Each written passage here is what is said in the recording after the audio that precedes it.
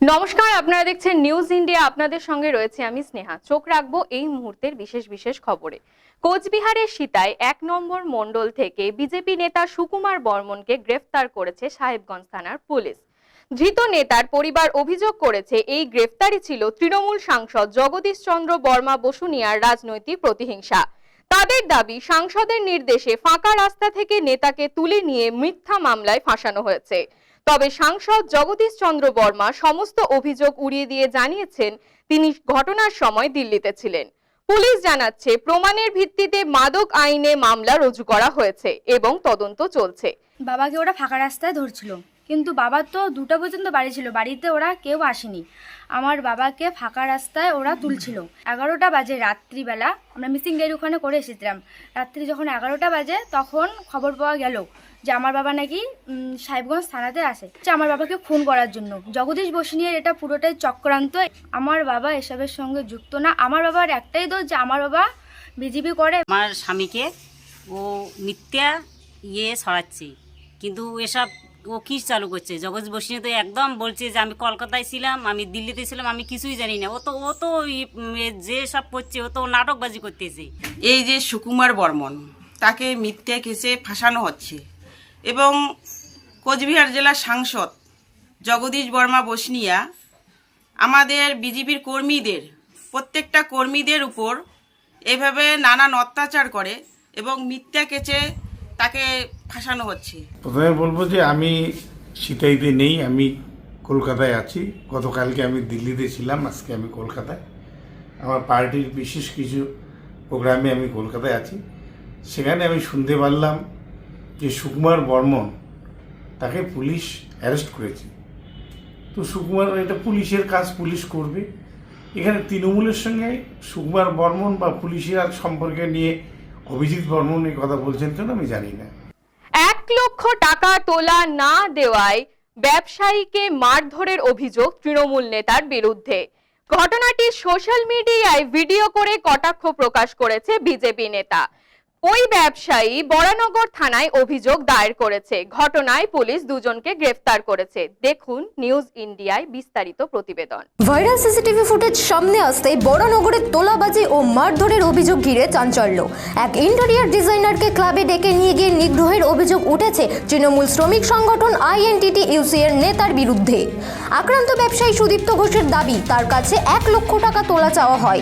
টাকা না দেওয়ায় প্রথমে বাড়িতে গিয়ে হুমকি, পরে তুলে নিয়ে এসে মারধর করা হয় এবং ক্লাবে নিয়ে গিয়ে আবারও নিগ্রহ করা হয়। অর্পণ দত্ত বা অন্যান্য যারা ছিল, আমি তাদের নাম FIR দিয়েছি। আমি একজন ইন্টেরিয়র ডিজাইনার, ব্যবসা করছে, টাকা দাও। মহানগরে কোনোদিনই কাজ করি না, কারণ মহানগরে কাজ করার মতো পরিস্থিতি নেই। প্রজেক্ট যেখানে পাই। উকিলও ওকে, যিনি ফ্ল্যাটের ওনার, তিনিও ছিলেন, তার মিসেসও ছিল। তেনারা দুজনেই নাকি লয়ার এবং তার শ্বশুরমশাই নাকি সন্দীপ চট্টোপাধ্যায়, রাইট, সন্দীপ চট্টোপাধ্যায়, উনি সরকারি পিপি। আমার লয়ার রয়েছে। এর প্রতিবাদ জানাতে আমি একা লুখে দাঁড়াচ্ছি যে আমি দোষ করিনি, আমার উপরে বেআইনিভাবে অত্যাচার করা হয়েছে, টাকা চাওয়া হয়েছে, মারধর করা হয়েছে এবং এটা প্রতিনিয়তই অনেকজনের সঙ্গে ঘটে। এই ঘটনায় সরাসরি অভিযোগ উঠেছে INTTUC এর নেতা শঙ্কর রাউতের বিরুদ্ধে। সুদীপ্তর দাবি, তার নেতৃত্বেই এমন হামলা হয়েছে, যদিও সমস্ত অভিযোগ অস্বীকার করেছেন শঙ্কর রাউত। সুদীপ্ত ঘোষ আমাদের পাশের বাড়িতে থাকে এবং বরানগরের এক আইনজীবী দম্পতি তার সঙ্গে, তার কোম্পানির সঙ্গে একটা এগ্রিমেন্ট করে ইন্টেরিয়ার কাজের জন্য ফ্ল্যাটটা বাড়ার সাথে, এবং সে টাকা নিয়ে নেয় কিন্তু কাজটা করছে না। এবং লাস্ট টাইম সেই দম্পতিকে, সেই আইনজীবী দম্পতিকে আমার নাম করে ধমকে চমকে যে আমরা দাদার লোক, সংবাদদার লোক, সংবাদের সঙ্গে থাকি।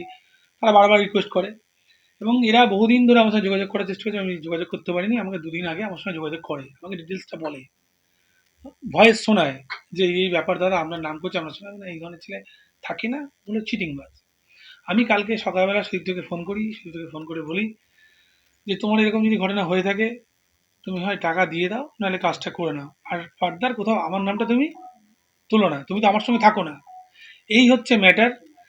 এবার ও এখন এই ব্যাপারটাকে সম্পূর্ণ একটা মিথ্যে গল্প রচনা করছে। ঘটনার ভিডিও সামনে আসতেই রাজনৈতিক তরজা শুরু হয়েছে। বিজেপির অভিযোগ, বরানগরে ফের তোলাবাজির রাজনীতির সামনে এসেছে এবং সাধারণ ব্যবসায়ীদের ওপর চাপ তৈরি করা হচ্ছে। অভিযোগটা আবার কি? অভিযোগটা যে তৃণমূলের তোলাবাজি, টাকা না দিলে মার, বাড়ি থেকে টেনে নিয়ে এসে তার পকেটে টাকা কেড়ে নেওয়া, তাকে ধরে মারা ধরা এই আর কি। তবে শাসক দলের দাবি এটি সম্পূর্ণ ব্যক্তিগত আর্থিক বিবাদ। এই যে বিষয়টা নিয়ে আপনারা কথা বলছেন, এইটার সাথে রাজনৈতিক কোনো কানেকশন নেই, দলের এর সাথে এই ঘটনার সাথে কোনো কানেকশন নেই। পুলিশ প্রশাসন দেখছে বিষয়টা, এবং যদি পুলিশ প্রশাসনের মনে হয় কোথাও ভুল আছে কি কিছু আছে, সেই অনুযায়ী পুলিশ প্রশাসন তার অ্যাকশন নেবে, সেখানে কোনো অসুবিধা নেই। বড়নগর থানায় অভিযোগ দায়ের করেছে উভয় পক্ষ। মারধরের অভিযোগের ভিত্তিতে ইতিমধ্যেই দুজনকে গ্রেপ্তার করেছে পুলিশ। শুরু হয়েছে তদন্ত। তবে ঘটনাকে ঘিরে রাজনৈতিক বিতর্ক জারি। শহর কলকাতা সংলগ্ন এলাকায় এমন ঘটনা স্বাভাবিকভাবেই প্রশ্ন উঠতে শুরু করেছে। নিজস্ব প্রতিবেদন, নিউজ ইন্ডিয়া। আমি মাটির মানুষ, মাটিতেই থাকতে চাই। নদিয়ার করিমপুরের কিশোর গ্রামের আজিবুর মণ্ডলের মাঠে চাষাবাদের মধ্য দিয়েও কবিতা পাঠ সোশ্যাল মিডিয়া জুড়ে দর্শকের মন কেড়েছে। আজিবুর মণ্ডলকে নিয়ে নিউজ ইন্ডিয়ার বিশেষ প্রতিবেদন। আজকের মতো কাজ হয়ে গেল, বাড়ি যাচ্ছি। বাড়ি যেতে যেতে দেখুন কি সুন্দর, আর এই সুন্দরের মধ্যে কিন্তু একটা খুব সুন্দর একটা কবিতা মনে পড়ছে, সুনীল গঙ্গোপাধ্যায়ের পাহাড় চূড়া। অনেক দিন থেকেই আমার একটি পাহাড় কেনার শখ, কিন্তু পাহাড়কে বিক্রি করে আমি জানি না। যদি তা দেখা পেতাম, দামের জন্য আটকাতো না। আমার নিজস্ব একটা নদী আছে। কবিতাকে ভালোবেসে মাটির মানুষ হয়ে ওঠা এক তরুণের গল্প। এই কাহিনী যেন বাংলার মাটির গন্ধে ভরা এক জীবন্ত উপাখ্যান। ছেলেবেলায় আমার বেশ ছোট্টখাট্ট ছিমছাম একটা দ্বীপ ছিল, সেখানে অসংখ্য প্রজাপতি। নদিয়ার করিমপুর ব্লকের কিশোরপুর গ্রামের ছেলে আজিবুর মণ্ডল। দারিদ্রতা যার নিত্যসঙ্গী, চাষাবাদী যার পরিবারের একমাত্র আয়ের ভরসা। উচ্চ মাধ্যমিকের পর আর পড়াশোনা এগোয়নি, অভাব তাকে থামিয়ে দিয়েছে, কিন্তু স্বপ্ন সেটা থামাতে পারেনি। সম্প্রতি সোশ্যাল মিডিয়ায় ভাইরাল হওয়া একটি কবিতার লাইন, আমার বহুদিনের একটি পাহাড় কেনার শখ, পাহাড়ের বদলে আমার একটি নদী রয়েছে, সেটি আমি বিক্রি করব। এই কথাগুলোর কবি আজিবুর, অথচ তিনি নিজেকে কবি মনে করেন না। সহজ অথচ গভীর বোধে লেখা এই পঙ্কক্তি তাকে পৌঁছে দিয়েছে বহু মানুষের হৃদয়ে। তবে ভাইরাল হওয়ার অহংকার তার নেই, মানুষের ভালোবাসাকে তিনি আশীর্বাদ বলে মনে করেন। পাহাড় স্থানু, নদী বহমান, তবু আমি নদীর বদলে পাহাড়টাই কিনতাম, কারণ আমি ঠকতে চাই।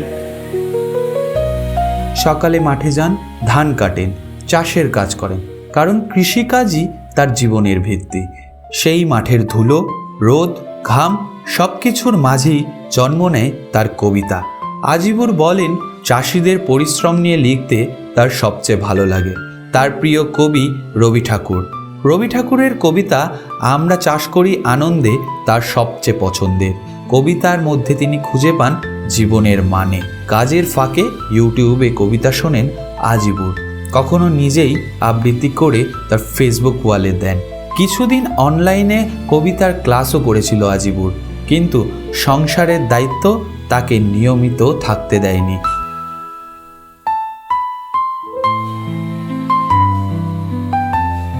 তবুও থামেনি আজিবুর, কারণ কবিতা তার কাছে বিলাস নয়, প্রয়োজন। বন্ধুদের সঙ্গে আড্ডা, মাঠ থেকে ফেরার পথ, সন্ধ্যা হওয়া সবই তার কাছে কবিতার অংশ। তিনি নিজেই বলেন, আমি মাটির মানুষ, মাটিতেই থাকতে চাই। আজিবুরের কণ্ঠে যখন শোনা যায় সুনীল গঙ্গোপাধ্যায়ের শুধু কবিতার জন্য কিংবা জীবনানন্দ দাশের আবার আসিব ফিরে, তখন দর্শকদের স্ক্রিন টাইমিং এমনিই বেড়ে যায়, কারণ সেখানে কৃত্রিমতা নেই, আছে জীবন থেকে উঠে আসা বাস্তব সত্য। দারিদ্রতা তাকে থামাতে পারেনি, বরং সে লড়াই তাকে দিয়েছে গভীরতা। আজিবুর মণ্ডল প্রমাণ করে দিয়েছেন, কবিতা শহরের আলোকিত মঞ্চে নয়, মাঠের আল, কাদামাটি আর ঘামের মধ্যেও জন্ম নিতে পারে। কবিতাকে ভালোবেসে এই মাটিতে মিশে থাকতে চাওয়া এক চাষির গল্প, এ যেন বাংলার আত্মার গল্প।